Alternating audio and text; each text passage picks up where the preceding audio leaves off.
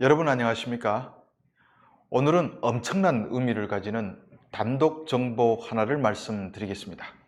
어쩌면 수십 년 동안 한국의 대북 정책에 가장 큰 영향을 줄 수 있는 일이 될 수도 있습니다.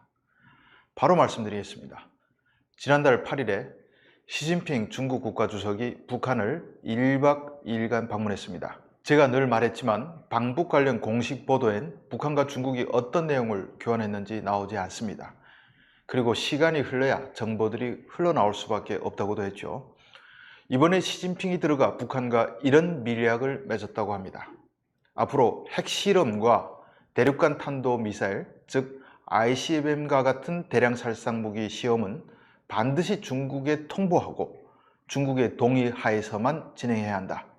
대신 중국은 유엔 안보리 대북 제재 결의안에 따라 금수 조치가 된 수출입 물자의 정상적인 교육을 진행할 수 있도록 해주겠다. 한마디로 미국 등 서방 사회를 자극하는 핵실험과 ICBM 실험은 하지 않는 대신 제재를 풀어주겠다는 뜻입니다.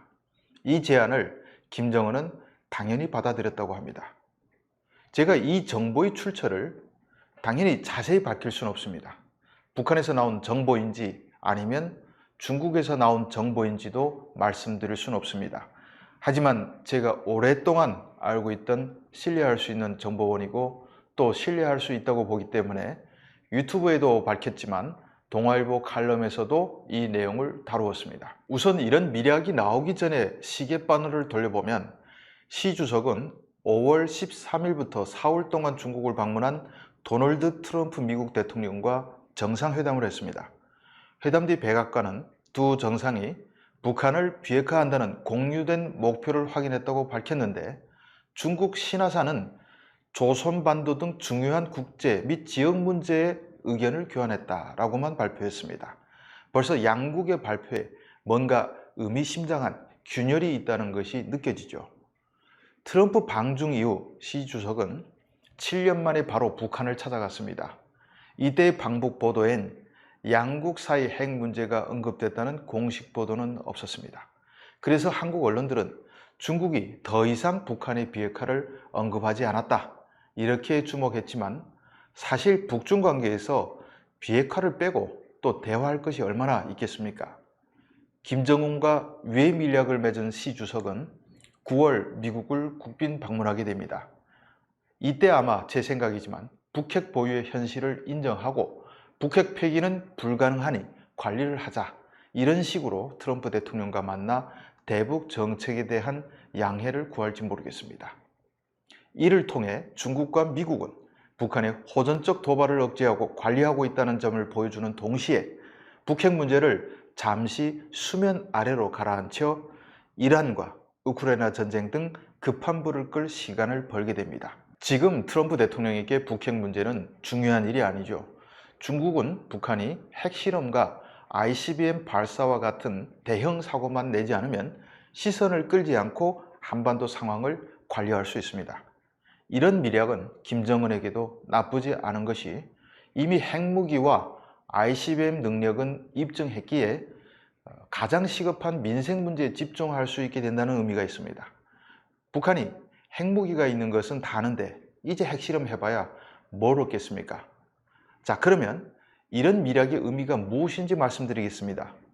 이런 미략은 김정은에게 매우 유리한 내용이고 지금까지 계속 얻고 싶어 했던 엄청난 외교 성과를 거둔 것이라고 할 수 있습니다. 얻어맞으면서도 버틴 것이 성공했다고 할 수 있습니다. 왜 그러냐? 지금까지 국제사회는 대북 제재와 압박을 통해 북핵을 폐기한다는 목표를 가지고 움직여 왔습니다. 특히 대북 제재의 80% 이상은 중국이 담당했습니다. 그런 중국이 북핵 폐기라는 목표를 관리로 바꾼 것입니다. 인정하고 관리한다. 이렇게요. 김정은은 핵무기도 인정받고 경제 제재도 풀게 됩니다. 사실상 북미 정상회담을 통해 얻으려던 것을 중국이 해결해 준 셈입니다. 중국이 풀어주면 굳이 미국이 없어도 살 수 있습니다. 거기에다 트럼프 대통령이 중국의 금수조치 해제를 묵인하는 조건으로 다시 한번 김정은과의 만남 이벤트를 열어 지지율을 올리려고 한다면 북핵 보유는 이제 현실로 인정받게 될 수 있는 것입니다. 즉 김정은은 핵 보유 인정과 경제 제재 해제라는 두 마리 토끼를 잡게 되는 것입니다. 벌써 김정은이 신바람이 난 것이 막 드러납니다. 지금 김정은은 중국과의 무역 재개를 위해 열심히 관련 지시들을 하달하고 있는 것으로 파악되고 있습니다.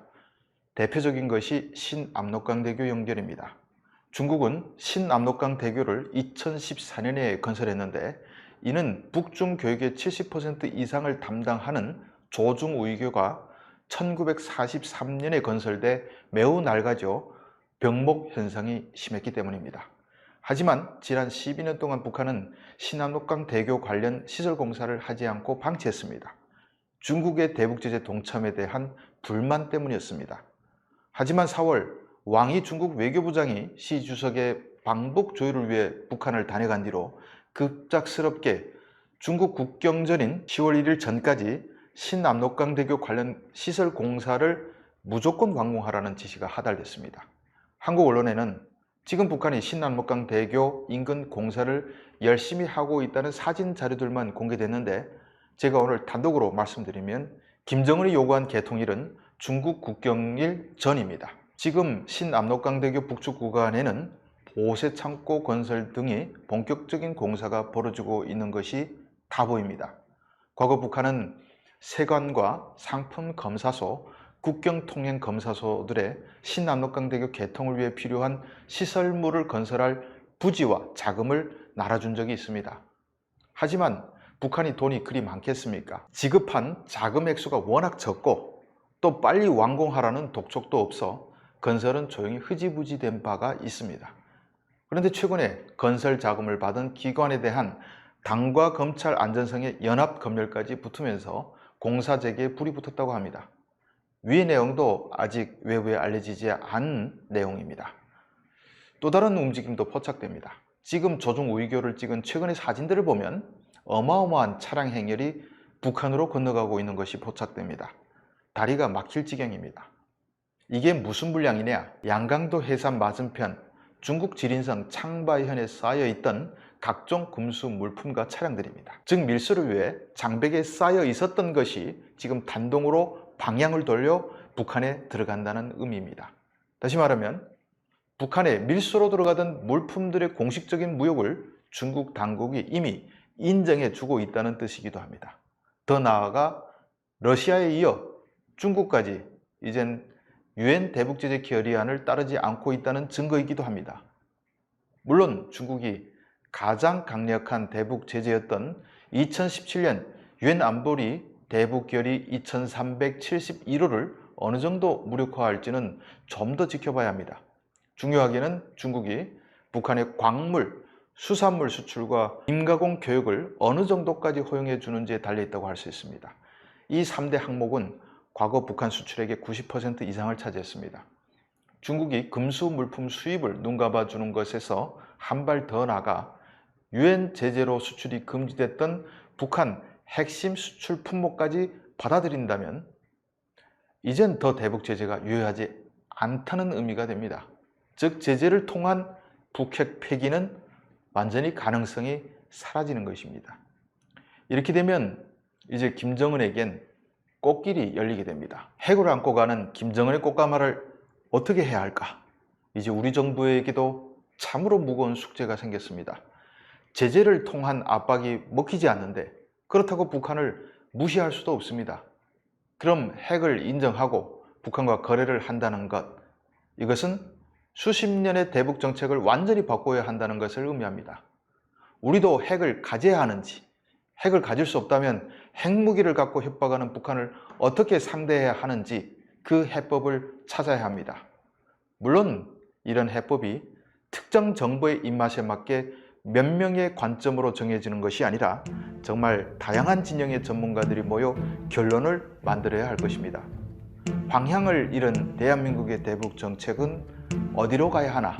그런 의미에서 오늘 영상은 많은 사람들이 봐야 할 영상입니다. 현실을 알아야 합니다. 그래서 오랜만에 여러분들에게 좋아요를 눌러달라고 말씀드립니다. 시청해 주셔서 감사합니다.